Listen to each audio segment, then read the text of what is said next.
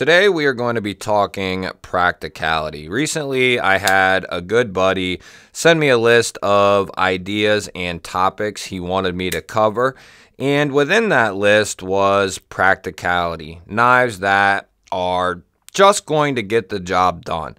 And here we have the Paramilitary 2 in its standard configuration.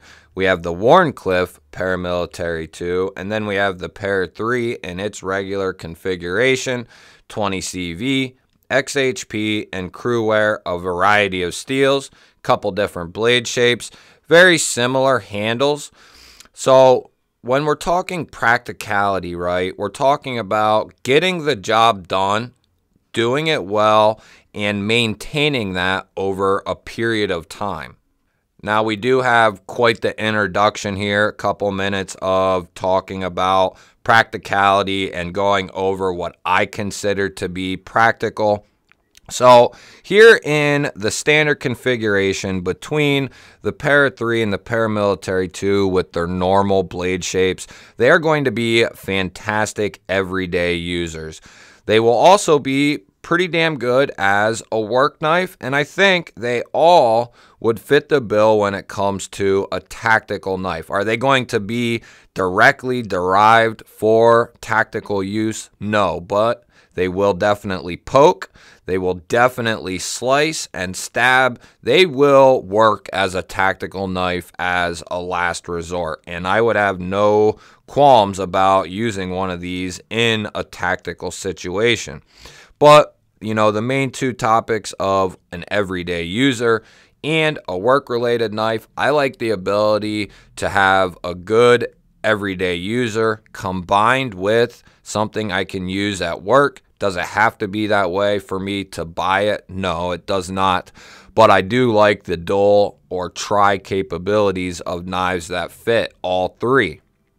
And with Spyderco, you're going to be getting a proper heat treat. You're going to get a fantastic edge right out of the box. You're going to get great ergonomics and comfort in hand. And you are also going to get a pocket clip that is function over form. A lot of places, a lot of companies pretty much choose form over function. And there are times where I prefer a deep carry clip like you see here. But there are definitely also other times where I would rather be able to get the knife out of my pocket easily and get it back in easily. And that is what Spyderco stands on. They stand on the practicality of their knives. They want it to be a good user, something that's going to hold up, something that's going to be comfortable in hand for an extended period. They want you to be able to get it in and out of your pocket easily. They don't really care so much about aesthetics. They don't really care so much about drop shot action or action in general. They don't care about multiple opening methods. And I don't fault them for that. Their business model and the way that they do things is successful for a reason, because there are a lot of people out there who just want a knife to be a knife. They want it to cut, they want it to hold up, and they want it to do well for an extended period. And with Spyderco, you are going to be getting some of the most practical knives that you can get. I'm a huge fan of Spyderco. If you have never experienced a Spyderco and you're thinking to yourself, those are ugly knives, or what is so special about these knives, I couldn't tell you enough to go pick one up, find a Spyderco design that you just kind of like, at least, and get it and try it, and you will understand what the rage is all about. They are comfortable. You can get right up behind the edge. They have the best heat treat in the game. They have some of the best edges right out of the box. When you get a Spyderco knife, you really do not have to do anything to it at all. If you want to change the pocket clip, you can. But if you're looking for a practical knife, you leave it the way it is. You can get this in and out of your pocket very easily. It's a great designed pocket clip. They're choosing function over form. Let's go ahead and get to the next batch. I wanted to throw a little caveat in here. If you like the Spydercos, but they're a little too expensive for your blood, the Kubi 122 here is almost it's like a Spyderco in a sense, in my opinion.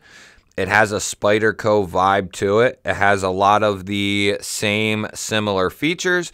Now, is it going to have the best heat treat in the game and that sort of thing? It's probably not going to have Spyderco-like heat treat, but Kubi does a great job on their knives, and they do a good job on their heat treat. And everything I've experienced from Kubi, they come with a good edge, and they are typically very comfortable in hand.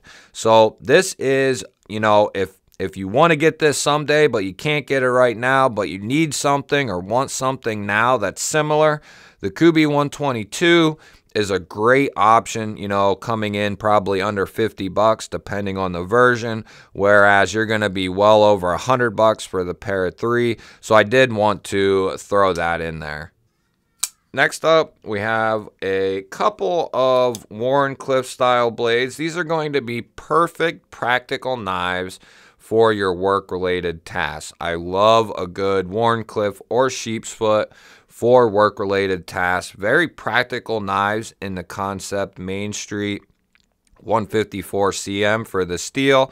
You have a simple opening method in the dual thumb studs. Very easy to flick open or slow roll out. You have a very comfortable and neutral handle. You have a nice straightforward pocket clip that is going to work very well in and out of pocket. Easy to disengage this thing. And this is a fantastic work knife. I have used and abused this thing. And it also doubles as a good EDC knife. The Hogue Deca is another great practical option. USA made, just like the Spydercos we saw earlier. You have a nice thin, slicey Waren Cliff style blade. This one is coming in 20 CV. You do have a little bit of a flashy G10 look here, kind of the red, white, and blue. This is an SMKW exclusive. Now this is using a crossbar lock, the Hogue Able lock. You have dual thumb studs for deployment. Very easy to slow roll or flick out. You can also reverse flick this guy out. Very neutral handle, very comfortable, very practical. This is just going to get the job done and at a good price for an American-made knife. You can get some versions of the Deca for 130 bucks or so. And for a USA-made knife using great materials, that's a good deal, guys. So, but I'm trying to show you options where, the Main Street is going to be well under $100, and the Hogue, USA made, it's going to be a little bit over $100. Both going to be very practical knives, and they're just going to get the job done. I would lean more towards the Hogue and try to get one of these before the Main Street. But if the Hogue is just out of your budget and you just can't do it, then the Main Street is going to be a nice compromise until you can get the Hogue. And now my version of practical might be a little different than yours. It depends on your use case, what you use your knives for. Me, I use them as everyday users. I use them at work, and I would definitely use them in a self-defense or tactical style situation if I needed to. So I try to fill 3 roles basically with my knives, or I have an idea for each knife. Here we have 2 very similar knives. We have the Kaiser Escort in 20 CV. We have the Hogue Ritter RSK in 20 CV, both sporting crossbar locks. They both have a little different look to them, but they also are very similar. They have good steels, good edges. They are very well made. They have a strong, dependable crossbar lock, and they're going to be very comfortable and very user-friendly. I put a titanium rollover clip on this because I love it so much. but it comes with a standard deep carry steel rollover clip, which works very good. Hogue also uses a deep carry clip, but they leave you a little bit of room there to get it in and out of your pocket. These are going to range up to $180. The Kaiser Escort can typically be had for $150 or so, but these are going to be fantastic everyday users. They're going to get the job done. They're going to hold up. They also would double as a good work style knife in a lot of cases, and they would definitely do the job if you needed to poke into something, let's just say. That is the epitome right here, or this is the icon, the idea of a good everyday user right here. Something that's comfortable, something that is easy to close up and put away back into the pocket, something that is easy to get out, open up, use it, and then put it back away. That is what the knife is for. You know, we've gotten lost in, does it have good action? Trust me, I want my knife to have good action as well. But if it's at the sacrifice of the lock or the edge or the heat treat, I don't want it. It doesn't make any sense. I'm buying the knife because I want a cutting tool that I can use for an extended period. I want it to be comfortable. If I have to sacrifice the heat treat or the edge or the lock or the comfort for action, I don't want it. It doesn't make any sense. These are cutting tools. These are not fidget toys. And the industry has gotten lost on that whole notion that the action has to come first, when that is really secondary when it comes to the heat treat, the edge, the lock, the comfort, the ease of opening it and closing it. Yes, that comes into play, but it's later on down the line. So that's where I have issues. Trust me, I like a smooth, clean action. But like I said, if it's sacrificing other things that come before it, then it's an issue for me. I don't want to sacrifice the main reasons why I'm buying the knife. And we've gotten lost in this sea of action.